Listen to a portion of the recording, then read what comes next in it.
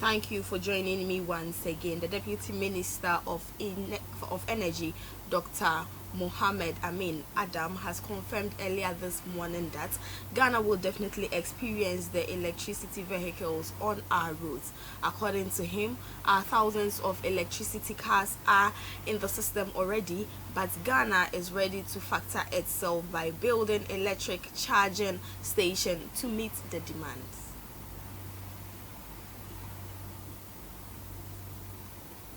So yes, I understand that about 1,000 electric vehicles should be coming in Ghana through private interventions.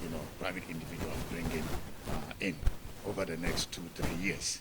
But currently we have a lot hybrid vehicles. Hybrid ICE. ICE is the internal combustion. That is the petrol used cars, and also electrical. We have a lot of hybrid in the system already. But as we go further, we are going to get more.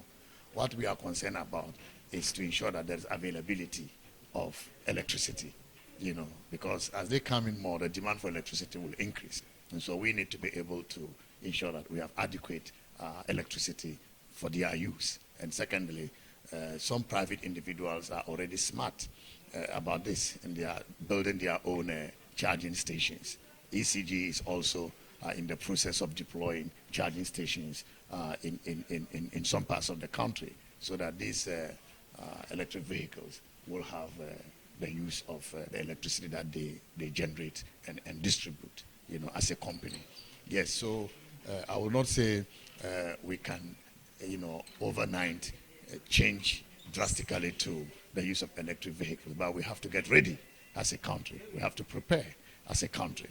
Also, when the energy transition is implemented and countries move away from oil, what happens to our petrol stations? They are going to be stranded assets. And so it is important for the owners of these stations to begin to think about converting them to electric charging ports, so that they can still have the use of their facilities. The people who are employed in these petrol stations also need to be retained. We can't lose them all of a sudden, So we are developing a program that may require the training and retraining of some of them to move into the jobs that will be created by renewable energy, jobs that will be created in low carbon sectors of the economy, in order to ensure that we have a net gain, not just in the levels of development, but also in terms of the jobs that we will have to create with the transition. No, actually, when we talk about renewable energy, hydro is part of renewable energy. Solar is part of renewable energy. Wind energy is part of it. Geothermal, except that we have exhausted our large hydro potential. The total hydro potential for Ghana is about 2,500 megawatts. Akosombo, Bui, and Pong hydroelectric power stations have taken somewhere around 1,600 megawatts. So we are left with about 900 megawatts of hydro potential. And these are scattered across the country, small dams. And developing each dam is more expensive, And so we want to move towards solar and wind. And the potential is huge. We have enough sunshine. The solar radiation is very high in Ghana. And so if we adopt solar as the future, we will be able to harness this potential to be able to meet our energy requirement. But in doing this, we need a base load. And this is why Ghana recognizes natural gas as transition fuel.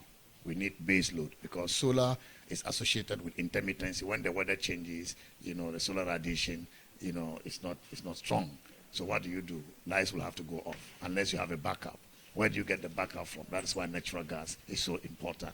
Also, we haven't yet gotten large storage, technology for solar. The solar that we store in batteries, they are small scale. But if we go to, the scale levels of, or utility scale levels of solar, we will need large batteries. And we don't have that technology yet. And so you need a backup, so that in the night, we can still be able to supply power. And this is why, again, natural gas is so important. So we are looking at natural gas as transition fuel, also because it will give us the base load, and also nuclear. We are also looking at the potential to introduce nuclear, nuclear energy into our generation mix, because we also can get base load from nuclear. So if we don't have the base load, then our solar and wind will not help us.